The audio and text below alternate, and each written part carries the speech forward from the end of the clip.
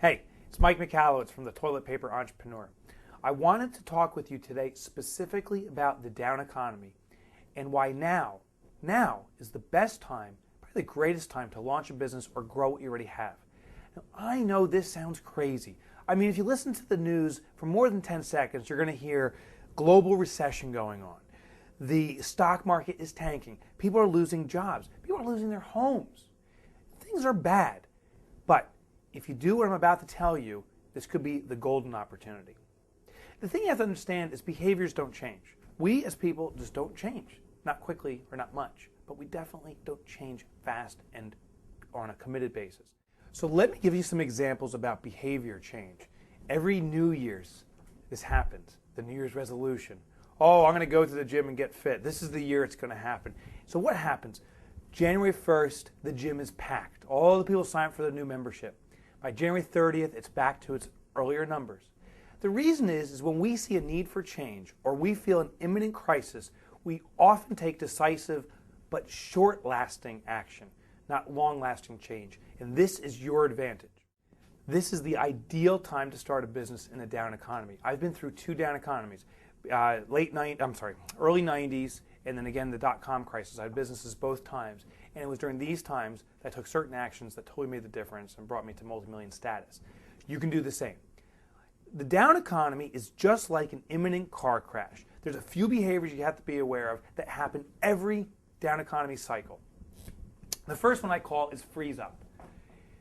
You remember, or I hope you don't remember, but have you ever been in a car accident? I have. That's why I remember. And what happens in a car accident, when you notice that there's an imminent crash, our body goes into a stiff state, totally frozen up and scared.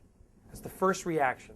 When we hear on the news and everywhere all these horrible things that are going on, we all freeze up. And your competitors and the established businesses out there, I guarantee, are freezing up.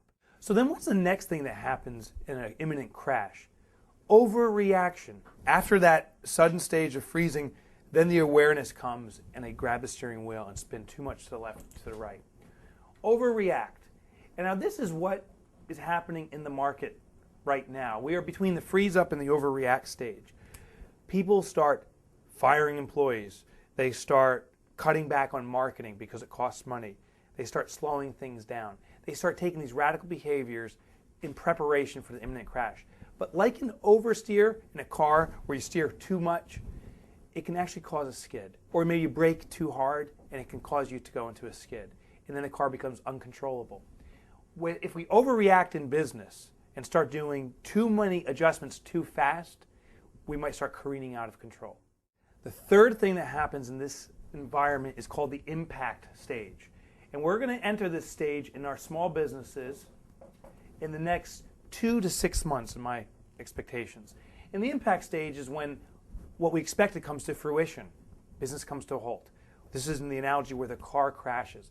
The problem is we made the impact way worse by freezing up and overreacting.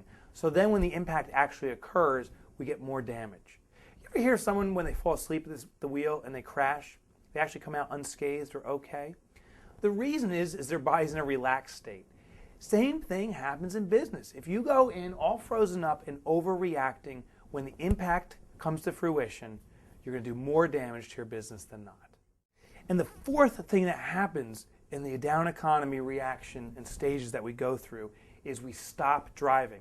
I'm tying this back into our analogy with the car, right? So if you've ever been in a car accident, you don't jump back behind the steering wheel and start racing around again. There is a point of time where you're like, if I don't have to drive, I'm not going to. Or you share the message with your friends or people out there saying, where I was driving, dangerous road, don't go there. The tendency in the market right now, in the economy, as people go through these stages, is they're going to ultimately stop driving their business forward. They're going to give up. They're going to fold up. The first to go, always the quick, get rich quick people. Once people were joined a business or started a business to get money quickly, and now they're not, they stop. They give up. They go elsewhere. But the established folks that weren't running their business efficiently lose it, and they go out of control too, and they disappear. And finally, because the news spreads, the newbies don't come in. You have to have an acute awareness of these four distinct stages. Again, we are seeing right here in this stage right now between freeze up and overreact to take advantage of it.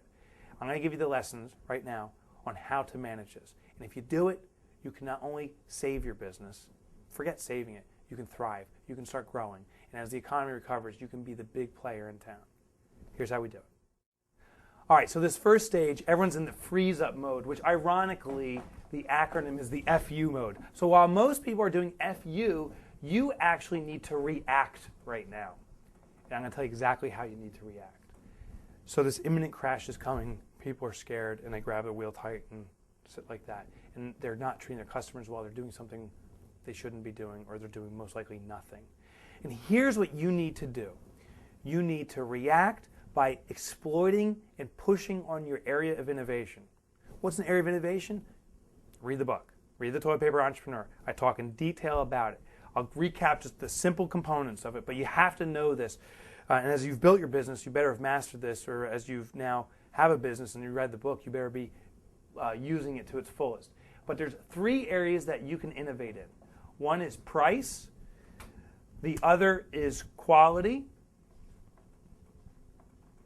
And the final, of course, is convenience. Now, and as the book says, it's one or the other of these areas. You can't be masters in all. You got to master one category. The grand example I like to use about price is Walmart. Walmart sells cheap stuff. They don't sell good stuff, and it's not necessarily the most convenient. It's not delivered to your house. Quality, Mercedes is a good example. Convenience, I like to use a McDonald's as an example. Well, whatever your area of innovation is, you need to exploit it. Consider this video. It's interesting timing. The economy's dropping. Toilet Paper Entrepreneur is a quality play. We deliver a lot of content, a lot of material to people. And that's our goal. Now, when the economy goes down, we are offering more quality. More. This is a time to start giving people more. Deliver more quality. Our competition is freezing up and probably doing less. If you differentiate in price, this is the time to drop prices. Not drop profitability, drop prices. Take a small price cut, make sure your bottom line is growing, and you'll get people flocking to you. Old Navy is using this strategy now. I don't know if you have the same Old Navy stores out where you are, but here they're pumping it like mad on the radio, how we're saving you money by cutting prices. Enough to the point where I went to Old Navy and bought 3 t-shirts just in time for winter.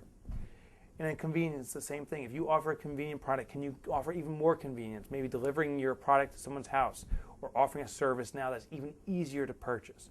So when people are freezing up, you react by giving more of one of your areas of innovation.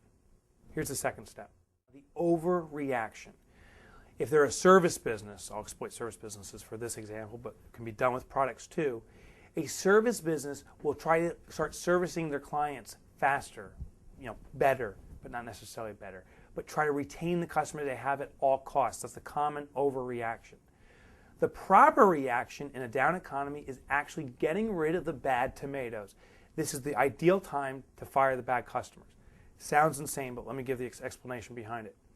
What defines a bad customer? Often they're not paying on time. They cause more problems than they're worth. They're the people that when your phone rings, you're gritting your teeth saying, I just pray to God it's not so-and-so. It's the time to fire those customers.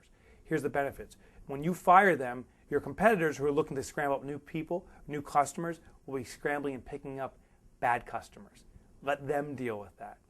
The other thing is all the time and money you're spending on servicing a customer that's not yielding any money is eating up your costs. If you get rid of those bad customers and focus in on your great customers, a lot of your costs, a tremendous amount of your costs will drop.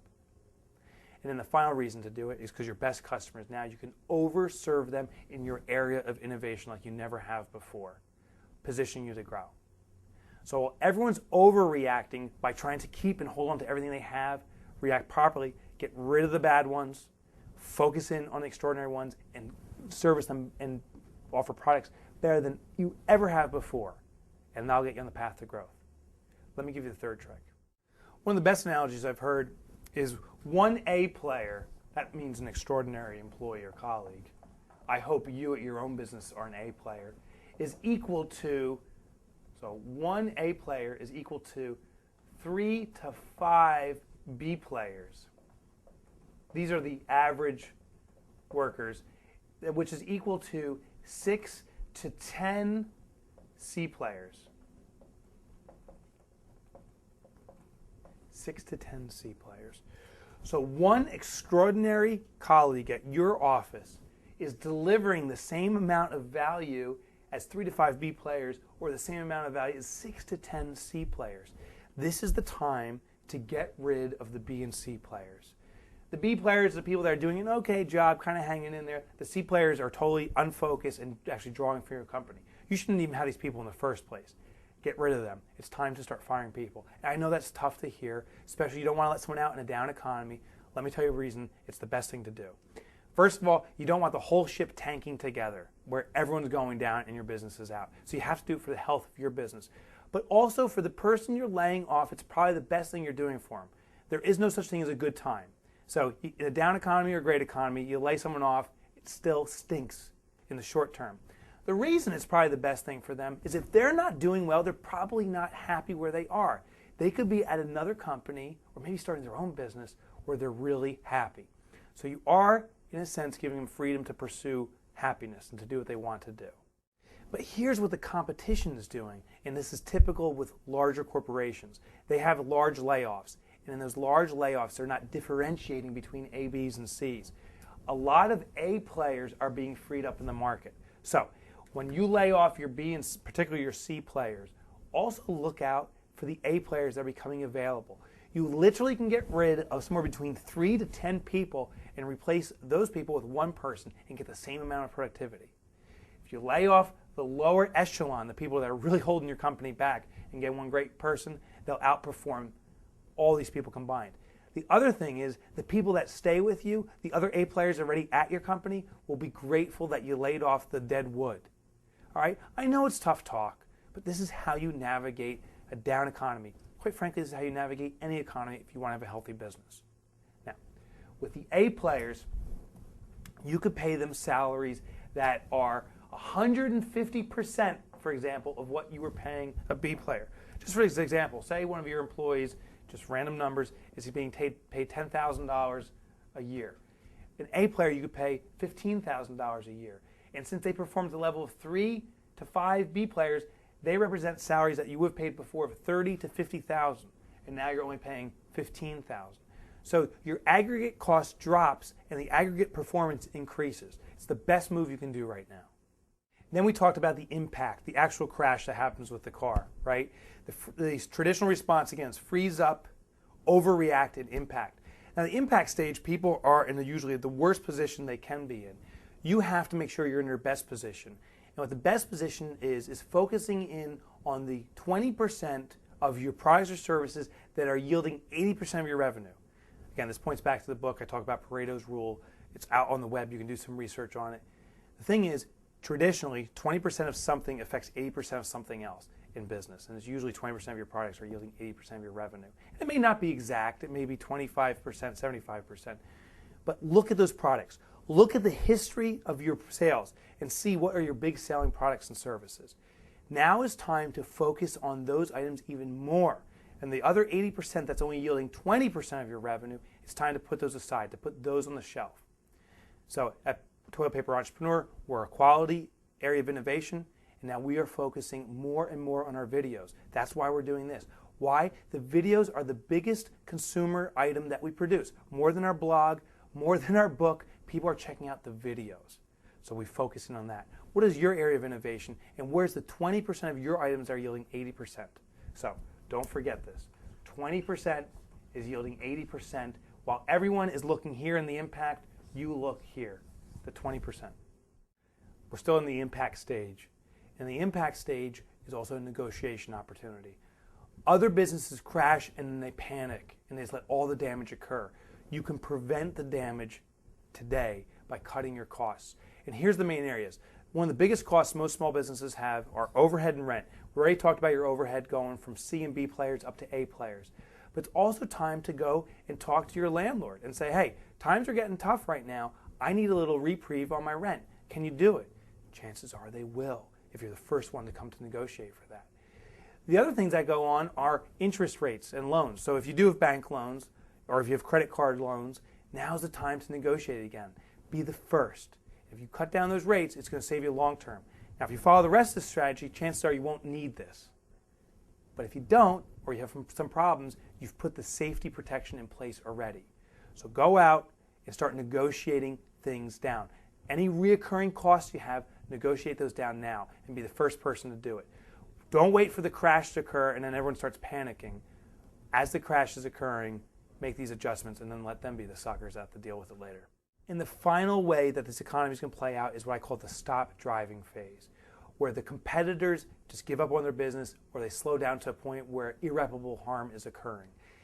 Ironically, or not, it's the best time for you to start driving. And what I mean by this is start picking up all the stuff they're leaving behind. As their businesses slow down, their customer service will drop off. Or if they're a price play, they can't keep the low prices and they'll start going up. Or if they're a quality play, they won't be able to provide all the quality behind it. Something's going to have to start slipping up.